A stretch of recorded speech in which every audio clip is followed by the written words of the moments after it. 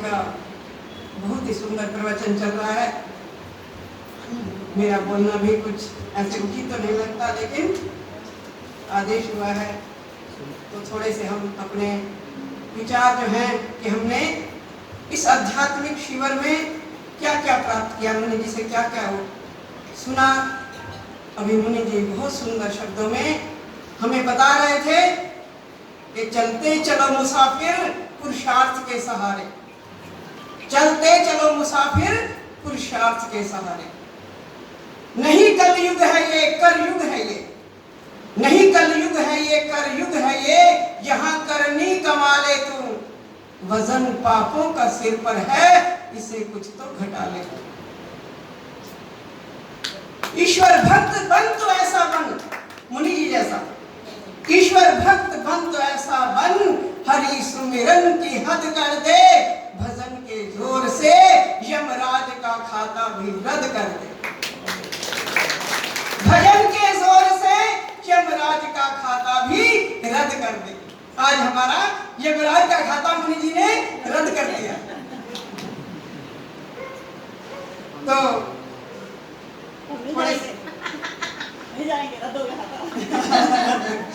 मुनि जी के पीछे लगे थे, रद्द भी हो जाएगा, फिर हमें मृत्यु से क्या डरना है।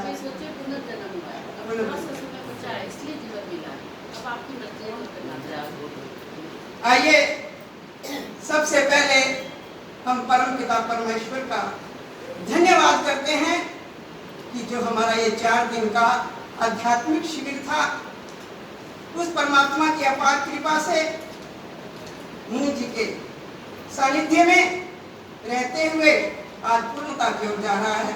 थोड़ा ही समय बाकी है, हमारा भी जाने को मन नहीं कर रहा घर में, तो मुनि जी के सानिध्य में पूर्णता की ओर जा रहा है। हम मुनि जी अर्पित जी का जितना भी धन्यवाद करें उतना ही थोड़ा है। हमारे पास कोई शब्द नहीं है कि हम मुनि जी का धन्यवाद कर सकें।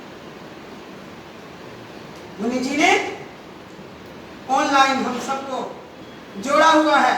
सुबह 4 बजे के उपासना करवाते हैं, 11 बजे फिर कक्षा लेते हैं हमारी संस्कृत की, 6 बजे फिर क्लास लगती है उपनिषद की।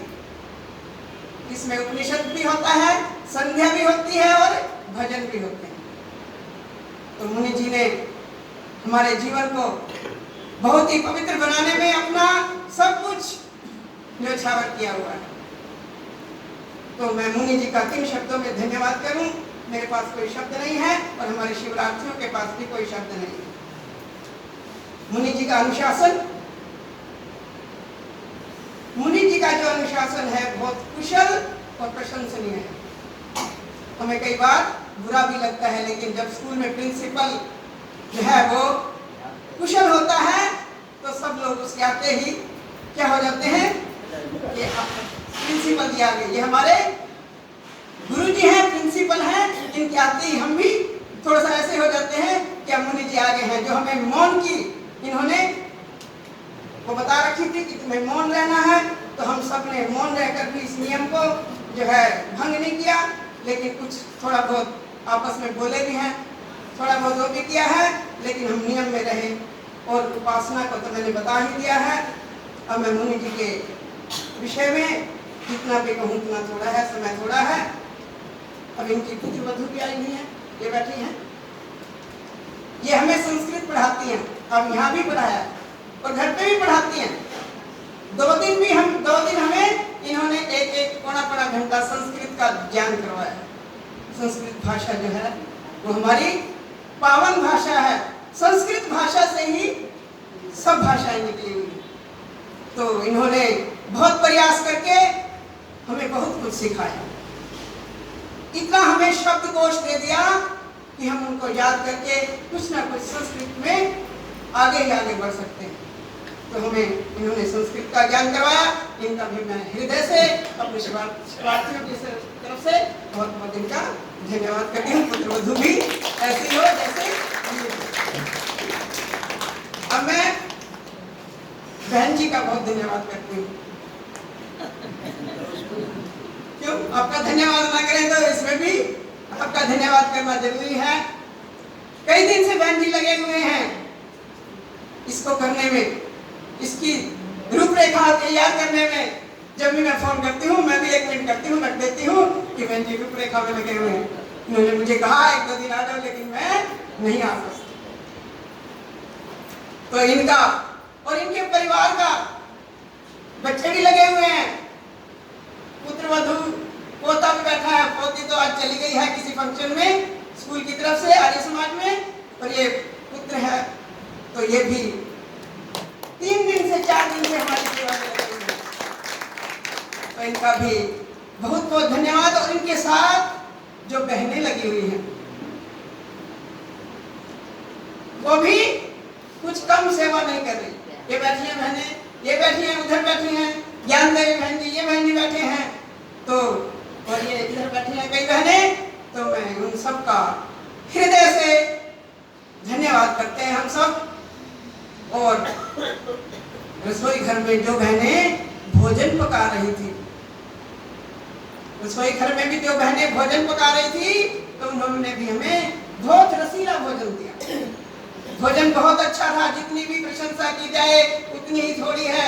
बहन जी ने भी घर में पता नहीं कुछ कुछ बना रखा था हमारे लिए, कई चीजें बना रखी थी। तो सभी का हृदय से हम श्रीवासी जो है धन्यवाद करते हैं, भोजन बनाने वालों का भी। और आचार्य जी बैठे हैं, आचार्य जी का भी बहुत बहुत धन्यवाद कि कितने सुंदर शब्दों में मंत्रों का उच्चारण करते हैं, और मंत्रों के साथ साथ हमें इन्होंने उनके अर्थ भी बताया। ये सभी हृदय से तालियां तो बजा दो, तालियों में भी कहीं से कर रहे हैं। इनका भी बहुत धन्यवाद करते हैं। और जितने भी इस आर्य समाज के प्रतिनिधि हैं, उन्होंने भी समय नहीं देखा, और एक स्वीपर भी आते हैं, उन्होंने भी टाइम समय समय पर बहुत जो है सफाई करके बहुत जो है इस आंगन को सुंदर बनाया है, उसका भी बहुत बहुत धन्यवाद। तो जितना भी धन्यवाद करें, हम सबका धन्यवाद तहे दिल से करते हैं। भगवान करे ऐसे ऐसे शिविरों में हम फिर आगे जाते रहें, और हमें भी प्रेरणा मिलनी चाहिए कि हम भी आगे आगे कुछ करें। और मुनि जी ने तो आज अभी बताया है कि मैंने आज जो है इनको क्या कर दिया था, बिल्कुल ही सुला दिया था। शवासन में हम सब सो गए थे कि तुम मर जाओगे, कि तुम्हारे मरने के बाद क्या सीन होगा, क्या क्या प्रक्रिया होगी, ये हमें मुनि जी ने बड़े सुंदर शब्दों में बताया। मैं अधिक न बोलती हुई सबका जिस जो रह गया हो उसके लिए मैं क्षमा चाहती हूँ। तहे दिल से सबका हम श्रीवासी जो है धन्यवाद करते हैं। मुनि जी का बहुत बहुत धन्यवाद, बहुत बहुत धन्यवाद। हम जितना धन्यवाद करें उतना ही थोड़ा है। ओम शांति शांति। शीला आहूजा बहन जी का धन्यवाद। आगे आप अपना जो भी अनुभव बताएं थोड़ा संक्षेप में। प्रशंसा चाहे 10 बार की जाए या 1 बार, आपकी भावना उसमें कम होती है, इसलिए बार बार एक शब्द को रिपीट नहीं करें। सबका धन्यवाद है जिन जिन लोगों ने हमारा साथ दिया है, और आप सब लोग आए हैं देखने, आपका टोटल धन्यवाद है। इनको हमारे शिवरात्रियों को हौसला मिलता है अपनी बात कहने का। तो आइए बहन जी पुष्पा नासा जी थोड़ा संक्षेप में आपको। अच्छा ठीक है, हर्ष गुलाटी जी। और समय का ध्यान रखें, यदि आप कह रहे हैं कि हम बड़ी पंक्चुअलिटी का पालन करते हैं तो 11:30 बजे हमको ये कार्यक्रम समाप्त कर देना है। तो केवल धन्यवाद में बात सारी समाप्त ना हो जाए, थोड़ा सा समय भी छोड़ना। आइए। नमस्ते सभी, नमस्कार, नमस्कार। इस शिविर में हमने बहुत कुछ पाया। सबसे पहले तो मैं ये कहूँगी कि सारी व्यवस्था इतनी अच्छी रही कि किसी को कोई दिक्कत नहीं हुई। भोजन की व्यवस्था इतनी अच्छी रही कि इस भोजन सुपाच्य, स्वादिष्ट और पौष्टिक था और घर जैसा था। सभी ने बड़े आनंद से किया पूरा, और सभी कार्यकर्ताओं ने सुनाने की व्यवस्था और व्यवस्थाएं सब पूरे अच्छे से व्यवस्था की। इसमें सभी का मैं धन्यवाद करती हूँ। बहुत ही अच्छी व्यवस्था रही, किसी को भी किसी को कोई दिक्कत नहीं हुई। पूर्ण रूप से शिविर हमारा बहुत ही अच्छी तरह से चला, संतुष्टि पूर्वक। और दूसरा, मुनि जी ने जो हमें ज्ञान दिया है इन दिनों में बहुत ही अच्छा रहा। वो हमें सबसे पहले तो मैं ये कहूँगी कि हमें मुझे जो मेन चीज़ वो लगी है वो पात्रता के बारे में मुनि जी ने हमें बताया। किसी कार्य को हमें करना है तो सबसे पहले अपने आप को पात्र बनाए, उसके बाद उस क्षेत्र में मेहनत करें, फिर सफलता प्राप्त करें। सफलता अवश्य ही मिलेगी। हमें हर कार्य में अपने को पात्र बनाना है और उसमें सफलता प्राप्त करनी है। ये मेन उद्देश्य जो मुझे ठीक लगा, बहुत ही अच्छा लगा ये था। और दूसरा, योग निद्रा मुनि जी ने आज इतने अच्छे से कराई कि हमें सोते हुए नींद ही आ गई, हम पता नहीं कहाँ चले गए। और ये निद्रा इतनी अच्छी स्वास्थ्य के लिए होती है कि इससे स्वास्थ्य बिल्कुल ही सही होता है। ये हमने नहीं आज तक की, जैसे बहुत ही अच्छे ढंग से, ये भी बहुत अच्छा पॉइंट रहा योग निद्रा में भी। और संस्कृत का ज्ञान बहुरानी ने बहुत ही अच्छे से दिया। हर वस्त्रों के नाम, फलों के नाम बड़े अच्छे से याद कराए। इतनी उम्र में याद करना मुश्किल है, लेकिन सबको अच्छे से खेल में सब कुछ याद करा दिया। ये बहुत ही बड़ी उपलब्धि है, बहुत ही बड़ी वो है। और मुनि जी ने जो हमें हर तरह से खुश करने का वो किया कि भी आप सेटिस्फाई हो, आपको ज्ञान मिले, इसमें कुछ पूरा परिश्रम किया और हमें ज्ञान से अर्जित किया। और इसमें मैं सभी का धन्यवाद करती हूँ। सभी ने सहयोग से मिलजुल के शिविर को बहुत ही अच्छा बनाया। धन्यवाद। व्यवस्था के लिए धन्यवाद किया जाता है। इसमें कोई भी व्यक्ति अपने आप को विशेष ना समझे, वो ये समझे कि मेरी इतनी प्रशंसा कर दी गई कि मैं तो बहुत बड़ी चीज हूँ। खास होने का केवल भ्रम है, हमें भ्रम है कि हम खास हैं, विशेष हैं। लोग हमसे मिलकर भी हमसे बेहतर को ढूंढते रहे, हमें लगा हम तो बहुत खास है। लोग हमसे पूछते रहे। एक बार हमने किसी गोष्ठी में गए, वहाँ बहुत बड़े बड़े विद्वान लोग आए हुए थे। एक व्यक्ति इंजीनियर था, रिटायर, तो उसे मंच पर थोड़ा समय दिया। वो उन विद्वानों को ही पूछ रहा है कि स्वामी जी मुझे बताओ कि मैं किसके सानिध्य में साधना करूं। तो स्वामी जी चुप हो गए। फिर दूसरे से पूछे, फिर तीसरे से पूछ, ये नहीं कह रहे कि स्वामी जी मुझे आपका सानिध्य चाहिए। तो कोई भी व्यक्ति अपने आप को खास ना समझे, ये ऐसे किरदार है, हम में कोई और आ जाएगा। बस उतनी ही बात को अपने भीतर ले। और विशेष रूप से विद्वानों को तो ये प्रशंसा चुकनी चाहिए। ये प्रशंसा नहीं है, निरादर है। ये यूं ही फंसाने वाली बात है कि आप हमें बड़ा पसंद करते हो, अभी बस अपना स्वार्थ खत्म, आपको हमको। तो उसमें से आप विशेष बात ले लें, बस जो विशेष बात आपको दी गई है वो ले लें और चल के दिखाएं उस पर, फिर तो आनंद की बात है। आइए मनीष जी, नहीं आपसे नहीं कहा, जनरल सबसे बात करें कि जब हम किसी की प्रशंसा करते हैं तो हमें लगता है कि प्रशंसा जो सुन रहा है उसे लगता है कि मैं बड़ा विशेष हूँ, मेरा किरदार बहुत ऊंचा है। हमें ऊंचा ऊंचा कहकर भी लोग हमसे पूछते रहे कि कोई और ऐसा व्यक्ति बताओ जो हमें मार्ग बता दे। सोचकर देखिए, तो इसलिए हमें भ्रम है, ये भ्रम नहीं पालना चाहिए कि हम बहुत विशेष है, ऐसी कोई बात नहीं। आइए ईश्वर देंगे, ईश्वर देंगे, ये अलवर से आए हैं, मेरे ख्याल सबसे दूर से आए हैं, बाकी लोग तो आप नजदीक हो, तो ये अलवर से आए हैं। उनके लिए एक बार जोरदार तालियां बनती है। आदरणीय मुनि जी, आचार्य जी और ताया जी, संतोष जी, सारी इनकी टीम, सभी को बहुत बहुत धन्यवाद। बहुत अच्छी व्यवस्था। मैं तो खुश इसलिए हूँ, मैं बता नहीं सकती कि मुझे सारे कहते इतनी गर्मियों में तुम्हारा कैंप कर दिया, इतनी गर्मियाँ लू लग जाएगी, बीमार हो जाएगी। मैं तो भगवान, जब कोई इंसान अच्छा काम करता है ना, प्रकृति भी साथ देती है, व्यक्ति भी साथ देते हैं, शक्ति परमात्मा भी साथ देते हैं।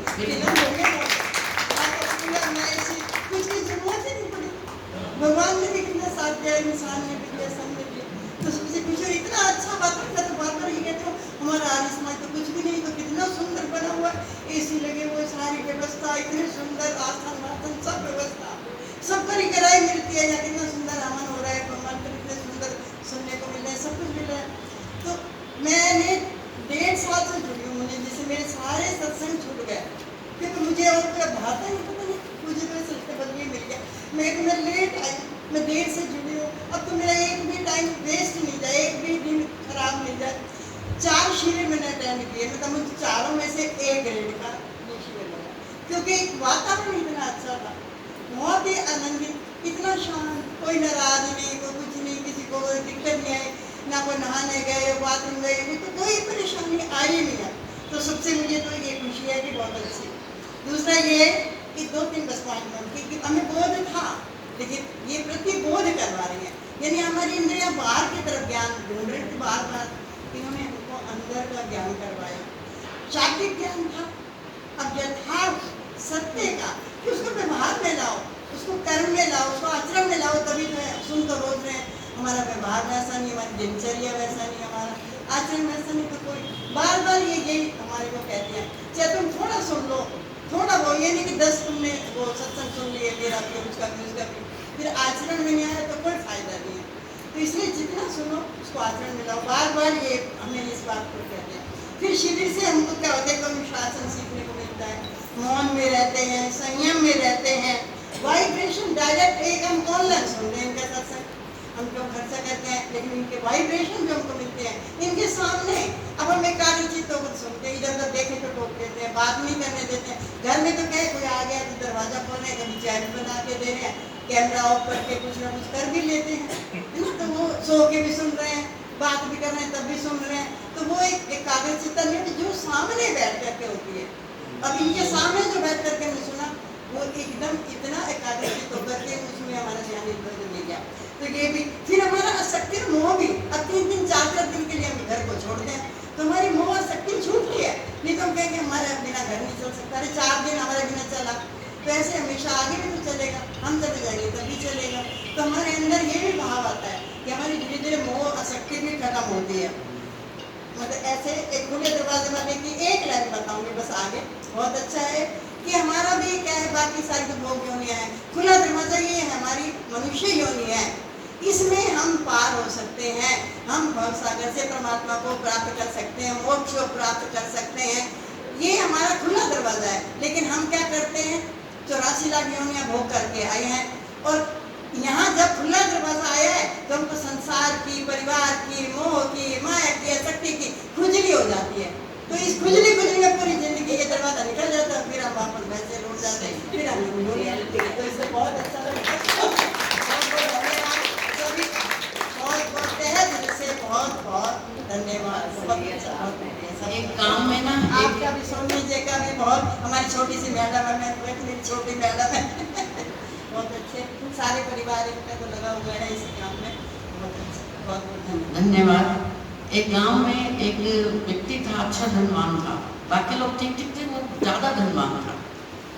तो जब भी वो किसी की गली से गुजरता तो बोलते रामलाल जी नमस्ते, वो कहता ठीक है मैं दे दूँगा। फिर अगली गली में फिर जी भाई साहब नमस्ते, ठीक हो? कहते हाँ मैं दे दूँगा। समझ ही नहीं आया किसी को क्या दे दूँगा, हम नमस्ते करें तो नमस्ते का जवाब दो।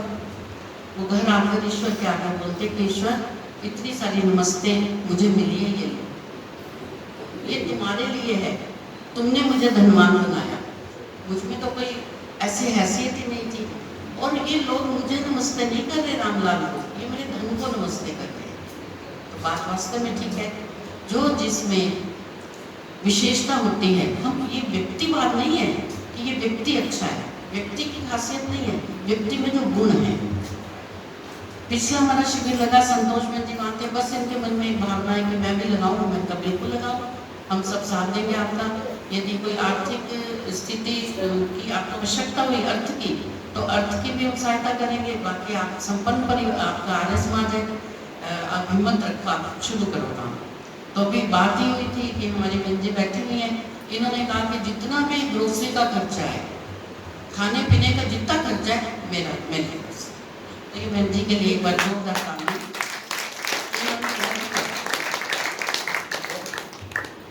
मैं साथ साथ यहीं पर शेयर कर दूं कि जितनी भी सब्जी आई है वो सारी संदीप आर्य जी ने अपनी तरफ रखी है, क्योंकि सब्जी जितनी आई है वो संदीप जी ने, और आर्थिक का जहाँ तक मामला है, सभी शिविरार्थियों ने मिलकर के कंट्रीब्यूशन इतना किया है कि इस पूरे शिविर की तरफ से आर्य समाज को 5100 रुपये की राशि आर्य समाज को उल्टा दे करके जा रहे हैं।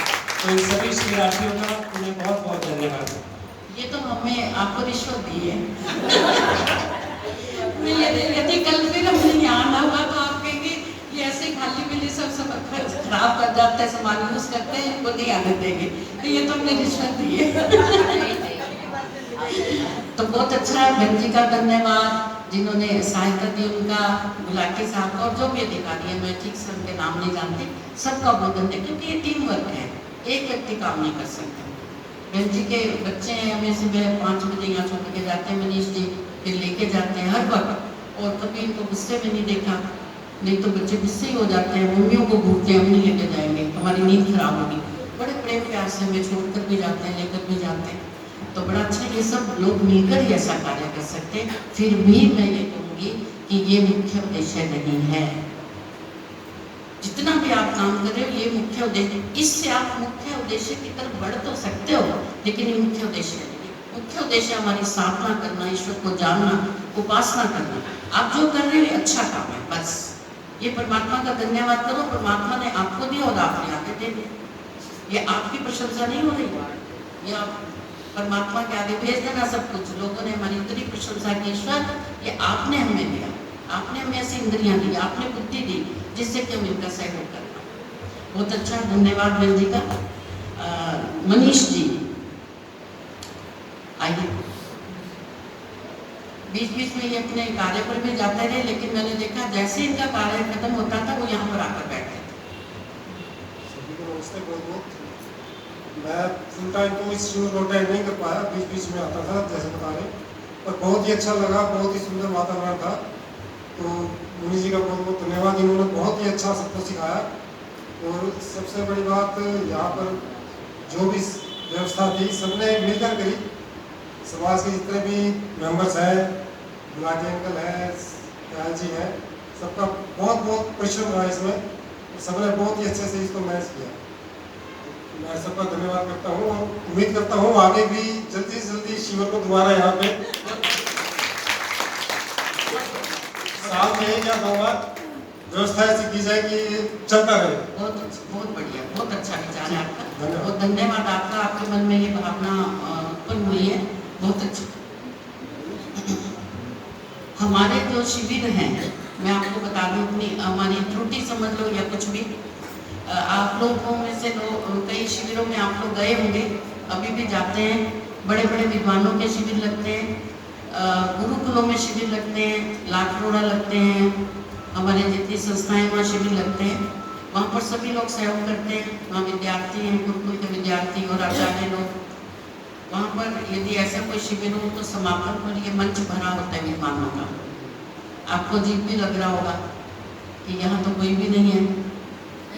ये समझिए मेरी कमजोरी समझ लीजिए, या मेरी भावना ये है, मैं एक शिविर में 9 घंटे मैं इन बच्चों को, बहनों को समय देती हूँ, जब मेरा स्वास्थ्य ठीक हो या नहीं। और मैं कोशिश ये करती हूँ, कोशिश ये करती हूँ कि अंदर का वन रूप सब कुछ हो, कि यहीं आप कक्षा यहीं लगे, यहीं पर आपका सोना हो, मतलब मेरी नज़र के सामने हो, यहीं खाना हो आपका, क्योंकि फिर मेरी दृष्टि से ओझल होती, फिर आप बोलने लगते हैं। एक बार पश्चिम बिहार में हमारा शिविर लगा था, तो बाई चांस ऐसा हुआ, वो भी आनंद आनंद में लगा। 3 दिन में ही उन्होंने तैयारी की और मुझे फ़ोन किया कि आप शिविर की बात कर रहे थे, आप आ जाए। मैंने कहा आपने बताया ही नहीं। कहते नहीं आप आ जाए। मैंने कहा ठीक है। मैं चली गई तो उन्होंने मुझे, ऑफिस था जैसे आपका ये ऑफिस है, ऐसे वो गला कमरा दे दिया और शिवरात्रियों के लिए बॉल था, चलो जो भी थी व्यवस्था करके ठीक था जो भी। तो जब मैं थोड़ा सा विश्राम कर रही तो देखा सीसीटीवी कैमरे की स्क्रीन लगी हुई थी उस हॉल की। ये तो बड़ी मौज मत गई मुझे, तो मेरे शिवरात्रि क्या कर रहे हैं मुझे सब पता लग रहा था। आप भी थे। तो जैसे मुझे लगा कि ये सब लोग बातें कर रहे हैं, तो मैं अपने ऑफिस में से निकल के मैं गई, मैं आप लोग कर क्या रहे हो, बातें क्यों कर रहे हो आप? वो देख रही थी, ये तो अभी आई, इनको कैसे पता हम बातें कर रहे हैं। मैंने कहा आपने मुझे ऐसा ऑफिस दिया है जिसमें आपकी पूरी रिपोर्ट जाती है, अब आप ध्यान से बात करना। तो वो लोग बड़े फिर सुधर के रहे, ठीक ठाक रहे, अच्छा से मिला। दूसरी बात कि बहुत सारे विद्वान क्यों नहीं है। मैंने कुछ अपने कार्यकाल में कुछ शिविरों में जाने का मुझे अवसर मिला, बहुत कम शिविर मैंने किए। वहाँ मैंने देखा कि वहाँ पर सैकड़ों की तादाद में शिवरात्रि हैं। तो जो मंच पर बैठकर हमें गाइडेंस दे रहे हैं, हमें मार्गदर्शन कर रहे हैं, वहाँ तक हम नहीं पहुँच पाते थे। हम बहुत कोशिश करते थे कि जो आप हमें पढ़ा रहे हो, बता रहे हो, हमें कुछ प्रश्न पूछने हैं, तो कहते थे लिख के बाहर डाल दो शंका समाधान में, यदि नंबर आया तो बता दो। बड़ी बार कोशिश की, हम आपसे व्यक्तिगत रूप से मिलना चाहते हैं, नहीं मिल पाए। तो ये पीड़ा मेरे मन में थी कि यदि मुझे ईश्वर ने शिविर लगाने का अवसर दिया तो मुझे सैकड़ों लोग नहीं चाहिए, मुझे तो 20-25 लोग चाहिए, जिन मतलब क्वालिटी चाहिए, क्वांटिटी नहीं। कि वो 20-25 लोग जिनसे मैं आई कॉन्टैक्ट से बात कर सकूं, जिनके पर्सनल व्यक्तिगत रूप से मैं मिलकर वो कहाँ पर अटके हुए हैं, क्यों नहीं साधना कर पा रहे, क्या व्यवधान है, क्यों वो ठीक से बात समझ नहीं पा रहे, उनसे बात में पूछूं और कोशिश करूं कि उनको आगे लाने का प्रयास करूं। तो और दूसरी बात, तीसरी बात कि बहुत सारे विद्वान होने से एक विद्वान आकर बात करता है, दूसरा आकर तो उसकी बात को काट देता है। बड़ी तकलीफ होती है कि बड़ी मुश्किल से कुछ तैयार करके कोई विद्वान बोल रहा है, बस तो तीसरे ने देखा, उसने कहा नहीं ऐसे नहीं, ऐसे होता है। तो मैंने कहा अपनी बात ही खत्म कर देते हैं कि आपको यदि मंजूर है तो हम ही बात करेंगे, आपको अवसर देंगे, पूरा अवसर देंगे, आपके जितने प्रश्न आप बोलिए, कोई जिज्ञासा है, आपको जानना चाहते तो आप आइए, लेकिन बहुत सारे विद्वानों की भीड़ नहीं करेगी। तो आप सभी शिविरार्थियों ने इस बात को स्वीकार किया, जी बोलिए नहीं, बात नहीं करें, बाकियों को सुनने दें। तो शिविरार्थियों ने इस बात को स्वीकार किया कि मैं एकल ही शिविर लगाती हूँ, चंडीगढ़ में, पानीपत में, यहाँ पर सब मैं, अब तो इन सब बहनों ने बहुत साथ देना शुरू किया। पहले मैं अपने घर में ही लगाती थी तो हमारे बच्चे साथ देते थे। अब मैंने इन सबको कहा कि आप व्यवस्था कर लो, जहाँ कहोगे मैं आऊँ।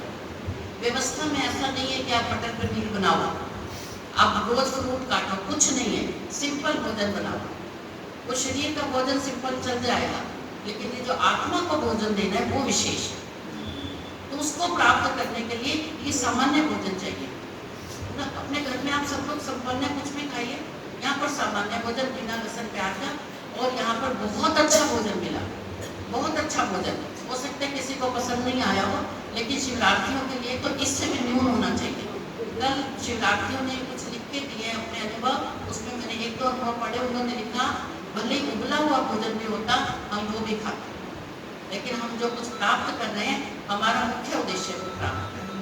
तो बिल्कुल बात भी ठीक है, जो व्यक्ति ये समझ ले कि हमारे पास समय कम है और हमारा उद्देश्य तो कुछ और था, हम कर कुछ और रहे हैं, तो उससे तो बहुत भीतर से पीड़ा होती है कि मेरा समय बर्बाद हो रहा है इस समाज में, इस संसार में। यदि हम ऐसा विचार कर लेना, मतलब जैसे हमें लगता है कि ये पिता मेरा है, पत्नी मेरी है, ये पुत्र मेरा, कोई मेरा नहीं है। जब तक स्वार्थ है तब तक सब मेरे हैं। जैसे स्वार्थ हटा नहीं, वैसे संबंध खत्म। तो जो मेरा है वास्तव में मेरा है, उस तरफ तो हम जा ही नहीं रहे। हम तो इन सबको, आप सबको अपना समझते हैं। आप प्रशंसा कर रहे हैं, मालाएं डाल रहे हैं, तो बड़े वाह, यहाँ के तो आर्य समाज के लोग ही बहुत अच्छे हैं, इतनी प्रशंसा कर रहे हैं। प्रशंसा नहीं चाहिए, चाहिए ये कि आपको क्या मिला है करके दिखाओ। आपको ही वाह वाह करके अपने घर इतने लोगों में से कोई आगे आओ कि हाँ हम वापस लेंगे, हम शास्त्रों को अपना जीवन करेंगे, तब तो पता लगे कि मेरी बात पढ़ी पढ़ाई आप उस पर चल रहे हो। बस आप बहुत अच्छे हो, बहुत अच्छा करा, बहुत अच्छा करा, इससे लाभ क्या? मुझे प्रसन्न करने के लिए मुझे प्रसन्नता मिलती नहीं, मुझे दुख होता है कि सब लोग अच्छा कह रहे हैं, कर कुछ रहे हैं। सब कह रहे हमें बड़ा आनंद आया, बहुत मजा आया, कर कुछ रहे हैं। तो आनंद किसमें आएगा? जब आप करके दिखाओ।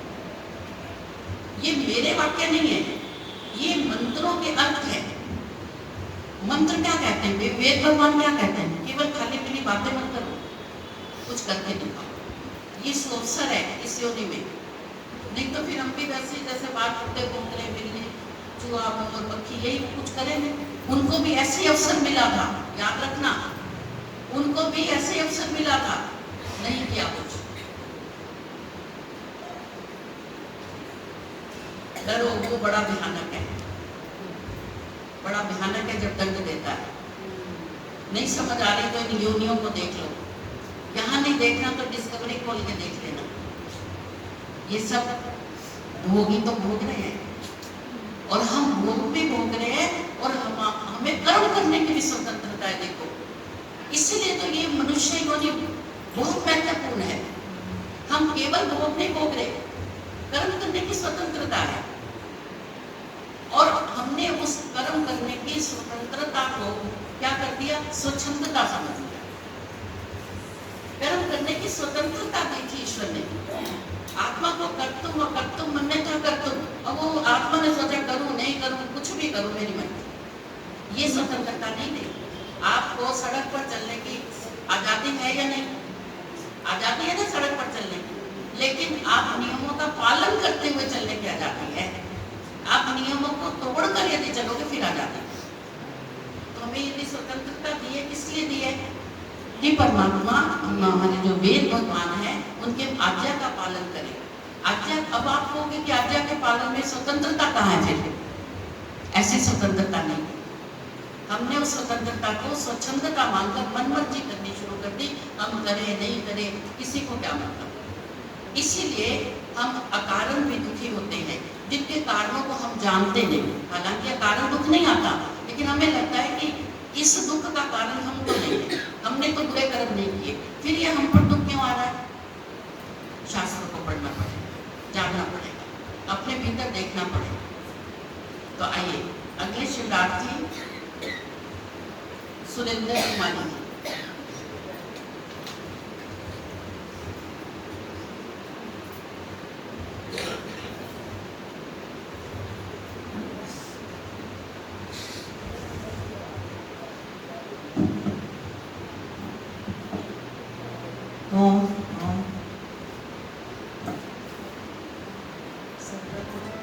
ईश्वर को धन्यवाद देते हुए और अपने मुनि जी को नमस्कार करते हुए, नमन करते हुए और सबको नमन करते हुए मैं ये कहना चाहूँगी कि संतोष माता जी का चयन किया है ईश्वर ने ये शिविर करने के लिए, और उसमें सहयोग दिया सबसे पहले सुमन बत्रा बहन ने। ये सब लोग जान चुके हैं इस बारे में। और जब मैं यहाँ पर आई और यहाँ पर आकर देखा, और ये जितेंद्र भाई मिले सबसे पहले मेरे को, तो मैं 3 दिन से इनसे बात नहीं की, लेकिन जानना चाह रही थी इनके बारे में। मैं सिर्फ एक बार जब इनकी पत्नी का देहांत हुआ तो मैं एक बार इनके साथ ऑनलाइन पे जुड़ी थी, उसके बाद मैं कभी नहीं जुड़ी, ज़्यादा जानती भी नहीं थी। तो लेकिन 3 दिन के अंदर मुझे इतना प्रभावित किया इनके पूरे व्यक्तित्व ने कि आज हमने नाश्ते के टाइम बातें की, और इनको मैंने ये एक बात बोली। मैंने कहा देखिए आपकी आयु बहुत कम है, मेरे छोटे भाई हो आप, आयु पूछी मैंने इनकी, और मैंने कहा कि ये जो कार्य मुनि जी कर रही हैं कि प्रचार प्रसार और ईश्वर को जानने का, मैंने कहा आपके अंदर वो सामर्थ्य भी है, वो आयु भी है, तो आप इस कार्य को आगे बढ़ाइए। उन्होंने मुझे बताया कि एक आश्रम भी शुरू कर रहे हैं, जिसके अंदर मैं मुनि जी को कोशिश करूँगा हर महीने बुलाऊँ। मैं मुझे इतना अच्छा लगा, इतना अच्छा लगा।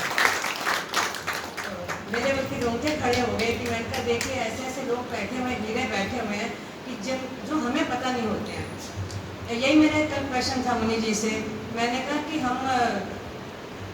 आप बार बार कहते हो ईश्वर को जानना प्रमुख लक्ष्य है, ईश्वर को जानना प्रमुख लक्ष्य है, और मेरे मन में एक प्रश्न आ रहा है बार बार कि बचपन से हमारे माता पिता ने हमें बहुत कुछ सिखाया, उस आचरण में हम चलते भी रहे, उन्होंने हमें कभी नहीं ये लक्ष्य बताया। वो लक्ष्य तो यही था अच्छे इंसान बनो, सरल बनो, कर्तव्य का पालन करो, करियर बनाओ, सब यही बातें। तो मैंने कहा ये कभी बताया ही नहीं किसी ने। तो उन्होंने सीधा बोला तुम अपने बच्चों को बता रहे हो। ऐसे ही हमारे को एकदम हिला देती है, एकदम ऐसे बोलकर। मैंने कहा बात तो ठीक है। तो मैंने फिर यही कहा इनसे, मैंने कहा परिवर्तन कैसे आएगा। तो जब जितेंद्र भाई से जब मेरी मुलाकात हुई तो इनको मैंने यही कहा, मैंने कहा हम पूरा सहयोग देंगे, मुनि अर्पिता जी हमारे साथ है, इस परिवर्तन को लाएं, हम बच्चों को जोड़ें, युवा लोगों को जोड़ें, और ईश्वर को जानना हमारा प्रमुख लक्ष्य है जो हमने मुनि जी से सीखा, तो उसको हम आगे बढ़ाएं। और बाकी सारी व्यवस्थाओं के बारे में तो बता ही दिया है। बाकी मुनि जी की जो एक बात कि ये बहुत अनुशासन प्रिय है, शायद सबको पता भी चल गया होगा, जिनको नहीं, शिवरात्रियों को तो पता चल गया लेकिन दूसरों को नहीं पता चला। मैं कनाडा में थी तो इन्होंने मुझे बहुत बुरी तरह से डांट दिया कि भाई मैं पता नहीं चलता, मैं फ़ोन कर रही थी दिन रात का, मुझे पता नहीं था कि ये कक्षा ले रही हैं, अभी मुझे जुड़ना था इनके साथ। इन्होंने कक्षा 2 मिनट काटी, मेरे को फ़ोन कर दिया, तो मैं पता नहीं चलता कि भाई कहते हैं कक्षा चल रही है। मैं चुप एकदम डर गई, मैंने कहा ये कैसे गुरु है, कैसी शिक्षिका की इतना डांट दिया, पढ़ेंगे कैसे। तो लेकिन उस अनुशासन के बाद जब मैं इनसे जुड़ी और इनकी मैंने स्वाध्याय करवाने का और पढ़ाने का ढंग देखा तो मैं बहुत प्रभावित हुई और मुझे ऐसे लगा मुझे माँ के रूप में गुरु मिल गई है। और ये मैं मुँह के इनके सामने कोई तारीफ नहीं कर रही हूँ, मैं एक एक को कहती हूँ ये बात। और उससे पहले हमारे आनंद स्वरूप चावला मामा जी यहाँ बैठे हुए हैं। मैं बहुत कम मेरी उम्र थी शादी के बाद, इन्होंने एक पुस्तक लिखी थी जो इन्होंने मेरे को दी, पर मैंने 1-2 बार पढ़ी, छोड़ दी, तब कुछ समझ ही नहीं थी। लेकिन जब इनके सानिध्य में आई तो उस पुस्तक को मैंने दोबारा पढ़ा तो मुझे बहुत अच्छा लगा। मुनि जी की लिखी हुई एक वो पुस्तक है निःशब्द, जिसको मौन रहकर हमने महसूस किया ना, अगर आप लोग उसको भी पढ़ेंगे तो पता चलेगा कि वो कैसी पुस्तक है। ये निःशब्द पुस्तक है। मैं इसको जब घर में इन्होंने मुझे दी, हमारे घर में शिविर लगा था, मुझे इन्होंने दी, थोड़े दिन तो पढ़ी रही, पर निःशब्द वर्ड बार बार मेरे को प्रभावित कर रहा था कि मैं इसको पढ़ूं, है क्या इसके अंदर। जब पढ़ा तो किस तरह से परमात्मा को बुला रही है, किस तरह से वो आज मैंने उपासना में सामने देखा, एक एक इंद्रियों को बुला रही है। परमात्मा को तो बुलाना, वो तो कहते हैं साम्राज्य हमारे अंतर मन में है, ये इन्होंने बताया, वो साम्राज्य यहाँ लिखा हुआ सारा का सारा। एक एक इंद्रिया जो बाहर है उनको किस तरह से आज इन्होंने बुलाया कि तुम अंदर आओ। कर्णेंद्रिय को बोला आओ अंदर आके ध्वनि सुनो, उस ध्वनि को सुनो, उस अंतर्नाद को सुनो। अपने कर्णेंद्रिय को, हमारी कर्णेंद्रियों को भी बोला कि चलो करो ऐसे तुम लोग। और उसके बाद एक दो इन्होंने बोला जो मौन शिविर से बहुत ज़्यादा लिंक करती है। एक बात उन्होंने अपनी बोला कि अपनी वाणी को बोला, हमारी वाणी को हमें सजग किया कि हे वाणी तुम ज्ञान पूर्वक मौन हो जाओ। इस शब्द ने मेरे को छोड़ दिया कि ज्ञान पूर्वक मौन हो जाए। ऐसा नहीं कि हम चुप करके बैठे हैं और हम मौन हो गए, नहीं, मौन भी होना है तो ज्ञान पूर्वक। और इस शब्द ने इस शिविर की सार्थकता को 4 चांद लगा दिए, 4 चांद लगा दिए। और मैं मुनि जी को देखिए धन्यवाद देती हूँ बहुत ज़्यादा। बाकी सबने सब कुछ कह दिया, व्यवस्था के बारे में, बच्चों के बारे में, हमारी कहते हैं सोनिया जी के बारे में कि संस्कृत सीख रहे हैं। बस एक आखिरी बातें बोलना चाहूँगी कि हम अपने बच्चों को कैसे टेबल याद कराते थे, 2 दूनी 4, 4 दूनी 8, टोक में भी पूछते थे, ऐसे भी कराते थे। तो ये बिल्कुल उसी रूप में पढ़ाती हैं। जब मैं आई थी इनको, मैं जुड़ी थी, 2 साल भी नहीं हुए होंगे, शायद या हो गए होंगे, तो बार बार बोले वेद आज्ञा का पालन करो, वेद आज्ञा का। मैंने कहा आज्ञा है कौन सी, ये मुझे समझ ही नहीं आता था कि आज्ञा है कौन सी। जब इन्होंने पढ़ाना शुरू किया सत्यार्थ प्रकाश, ऋग्वेद भाष्य भूमिका, अभी व्यवहार भानु पढ़ा रहे हैं, और गोकर्णा निधि, उपदेश मंजरी, वो सब इनके सानिध्य से पढ़ा। उससे पहले कुछ पता ही नहीं था। उससे पहले फिर जब ये पढ़ा सब समझ में आया कि वेद आज्ञा क्या होती है, कि एक एक चीज़ लिखी हुई है कि गुरु कैसा हो, सभापति कैसा हो, उसके लक्षण क्या हो। तो वो समझ आने लगा कि हम तो कुछ भी नहीं जानते और हमने पूरा जीवन गंवा दिया, पूरा जीवन गंवा दिया। तो अभी हम सब लोग इतने यहाँ पर सीनियर सिटीजन बैठे हुए हैं, तो मैं सबसे ये कहूँगी कि जब छोटे छोटे पॉकेट्स के अंदर 4 लोगों को, बच्चों को इकट्ठा करिए, उनसे बातचीत करिए, इधर उधर की बातें ना करके उनको जोड़िए, हमारे साथ जोड़िए, मुनि जी के साथ जोड़िए, जितेंद्र भाई के साथ जोड़िए, ये यहाँ के प्रधान वगैरह, उन सबके लिए धन्यवाद। प्लीज़ मेरे कुछ कमी रह गई हो तो मैं उससे माफ़ी चाहूँगी। तो उसके लिए जितना ये कार्य कर सकेंगे, जोड़ पाएंगे, वो हमारा पुण्यों का कर्माशय बढ़ेगा, पुण्यों का कर्माशय बढ़ेगा। और उस कर्माशय में हम जब खुद हम गोता लगाएंगे तो जैसे मुनि जी बता रहे हैं कि समुद्र में गोते के लगाने बराबर होगा। उन रत्नों को ढूंढिए जो इंतज़ार कर रहे हैं कि कोई आए, जिसको मुनि जी का एक शब्द एक और है बड़ा कि आलम्बन भेजता है इंसान। ईश्वर जो है आलम्बन भेजता है। बुद्धि अपनी सजग रखें, साधक सजग रहे, और वो आलम्बन जब मिला तो मैं मुनि जी का धन्यवाद कि मुझे आलम्बन मिला। इसके लिए मैं संध्या ढींगरा जी का धन्यवाद करूँगी जिन्होंने मुझे मुनि अर्पिता जी से मिलवाया।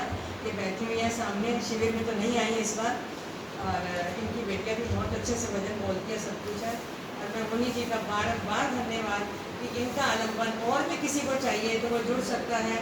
इनके पास हमारा नंबर है, संतोष दीदी के पास नंबर है, सबके पास, वो जुड़े और जो हम कह रहे हैं उसकी सच्चाई को खुद अनुभव करें, तो तब हमें और आनंद आएगा कि ये शिविर हमारा बहुत सफल हुआ और उसके अंदर हम सबको आनंद आया। तो उसके लिए मैं सबका बहुत बहुत धन्यवाद, व्यवस्था के लिए धन्यवाद, अधिकारीगणों का धन्यवाद, सबका धन्यवाद। आचार्य जी आपका बहुत बहुत धन्यवाद, आपने बहुत अच्छे से हिंदी में भाव समझाए। मुनि जी यही कहती हैं कि खाली बोलो मत मंत्र, उसके भावों को याद करो, अर्थों को याद करो। बहुत अच्छा। मैं साथ साथ आदरणीय सुरेंद्र जी का भी धन्यवाद ज्ञापित करना चाहता हूँ, क्योंकि उन्होंने प्रातःकाल सत्र में बहुत सुंदर तरीके से योग और व्यायाम सभी को कराया। मैं 2006 में स्वामी रामदेव जी के यहाँ पे शिक्षक की ट्रेनिंग लेकर के आया था, लेकिन इतनी बारीकी से, इतने अच्छे तरीके से उन्होंने योग सबको कराया कि एक ही प्राणायाम को पकड़ के इसको अच्छी तरह से समझ लो। जरूरी नहीं कि हम सारे आज ही करें, लेकिन आज अगर हम भस्त्रिका कर रहे हैं तो भस्त्रिका को अच्छी तरह से हम समझ लें कैसे करना है। तो बहुत अच्छे तरीके से योग कराने के लिए उनका भी बहुत बहुत साधुवाद, बहुत बहुत अभिनंदन। एक बार जोरदार करते हुए उनके लिए जो ये भी संस्कृत की बात कर रही थी कि संस्कृत की 2 दिन कक्षाएं लगी और फिर कल वाले दिन इनकी परीक्षा भी हुई इनकी, और फिर इनको सबको कंपटीशन में भाग लेने के लिए कहा गया जितने भी शिक्षार्थी थे। तो 2, 3, 4 परीक्षाएं की। उन परीक्षाओं में बहुत सारे लोग प्रथम आए, फिर उन जो प्रथम आए थे उन सबको फिर आपस में फिर उनकी परीक्षा हुई। तो उन 3 परीक्षाओं में देखिए, 3 परीक्षाओं में पहली तो परीक्षा थी संस्कृत में दिशाओं के नाम। जब हमारी सोनिया आचार्य जी ने ये बताया कि ये वामतः, ये दक्षिणतः, ऊपरी, अधः ऐसे करके बताया दिशाओं को, तो सबको सिखा दिया। फिर उसकी परीक्षा ली कि वो बोलती गई, तो जो ऐसे हाथ करता गया, ठीक करता गया वो बच गया, जो गलत करता गया उन्हें निकालते गए। तो उनमें सबसे अंत तक ये बचे, सबसे अंत। ये परीक्षाओं का तात्पर्य है कि माइंड कंसंट्रेट है, ध्यान से सुन रहे हो बात। फिर दूसरी परीक्षा हुई संस्कृत में अंगों के नाम, उसकी भी परीक्षा एकदम बोला, नासिका पे उंगली लगाई, केशः, कर्णः, ओष्ठ, अधर, ग्रीवा, उदर, कटी। तो एकदम से उनको छूना था, जो नहीं छू पाया वो सब निकल गया। अंत में कौन बचा? सुरेंद्र।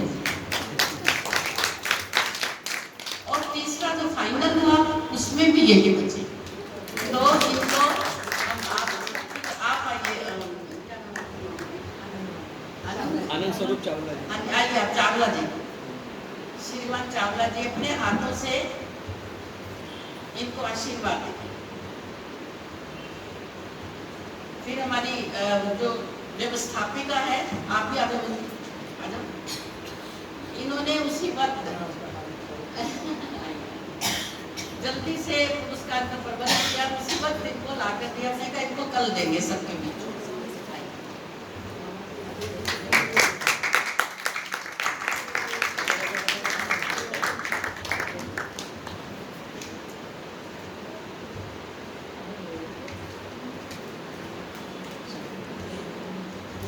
जगत माता है, मैं इनको बहन कहती थी, दीदी है, वही जगत माता बन गई है। आप कुछ बोलिए, 2 शब्द बोलिए, फिर कक्षा समय को ध्यान में रखते हुए आशीर्वाद। ये सुरेंद्र कुमारी जी जो है, ये पहले इनकी जो परिवार था सनातन परिवार था, सनातन के वैदिक सनातन नहीं, वैसे जो पौराणिक सनातन था। लेकिन इन्होंने थोड़े से कार्यकाल में इतना कुछ सीख लिया है कि हमसे भी आगे बढ़ गई है ये, जो इनकी प्रशंसा हो रही है। और वास्तव में जो है हमारी मदान बहन जी और ये सब जो और भी इनके जो साथ इनकी वो है स्कूली है इनकी, तो इन सभी का सहयोग से और आपने इतना अच्छा कार्यक्रम को ये आयोजित किया है। इस आयोजन में है आप इतनी सफलता मिली है, मैं सबको बधाई देता हूँ। और विशेषकर आदरणीय अर्पिता बनी जी ने, जो इनके जो वचन है ऐसे प्रभावशाली हैं, ऐसे आकर्षक हैं कि व्यक्ति जो है अंदर तक उसको अंदर तक वो प्राप्त कर लेता है, और जो वास्तव में उसको चल पड़ता है, उसको जीने लगता है उन उपदेशों को, परमात्मा उसको परम सुख की प्राप्ति कराता है। और जो और आगे बढ़ जाता है, अत्यंत पुरुषार्थ करता है, वो तो जो धारणा ध्यान समाधि की जो बात कर रहे थे, परमात्मा उनको मोक्ष के मार्ग पर ले जाता है। तो इन्हीं शब्दों के साथ मैं अनेक समय लेता हुआ आपका हार्दिक धन्यवाद करता हूँ। आप सभी का धन्यवाद।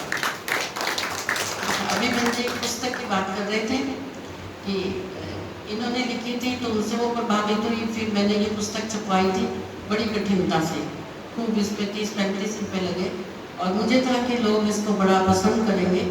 मुझे 1000 प्रतियाँ छपवाई थी, लोग इसको समझ ही नहीं पाए। सब लोग चाहते हमें 2 मिनट तो मुझे कोई नहीं पड़ेगा, मुझे पता है। मुझे फिर मैंने एक स्वामी जी से बात की, स्वामी जी मैंने तो बड़ी कठिनता से इस पुस्तक को अपने मौन भाव में रहकर लिखा है, तो मुझे किसी ने भी उलट कर जवाब नहीं दिया कि आपकी पुस्तक बहुत अच्छी थी। तो उनका भी आशीर्वाद है इसमें, स्वामी जी ने फ्रंट में मतलब जो लिखा हुआ था, तो वो बोले ही फिर कोई नहीं पढ़ेगा, इनको तो आप पढ़ कर सुनाओ। तो मैंने विचार कर लिया कि हर एक शिविर में कुछ पंक्तियां मैं पढ़ूंगी जिससे कि आपकी जिज्ञासा उत्पन्न हो। जैसे सुबह हमने शवासन करवाने के बाद परमपिता परमात्मा से ऐसे प्रार्थना की, तो वो शब्द इसमें लिखे होंगे इंद्रियों के, बस थोड़ी सी 3-4 पंक्तियां। अरे घ्राण इंद्री, घ्राण मतलब सूंघने वाली, अरे घ्राण इंद्री चाहिए क्या तुम्हें, किस किस की सूंघ लिए घूमती हो, किसको सूंघना चाहती हो, सारी जिंदगी यही तो करती रही हो। अरे घ्राण इंद्री चाहिए क्या तुम्हें, किस किस की सूंघ लेती घूम रही हो, क्या उसकी गंध को पाया, क्या उसकी गंध को पाया जिसके पश्चात कोई गंध की इच्छा न रहे। नहीं ना, तो कब, ये तो जीवन गया, ये गया हो गया, पकड़ तो नहीं पाएंगे, क्या रोक पाओगी, क्या कोई रोक पाया। त्वक इंद्री, त्वक मतलब ये त्वचा, त्वक इंद्री तुम तो बड़ी ही भूली हो, सब कुछ छूकर आज भी अतृप्त, कोमल कठोर स्पर्श से वंचित तो नहीं रही, सब कुछ हुआ, वो जीवन निकल गया जब किसी के छूने से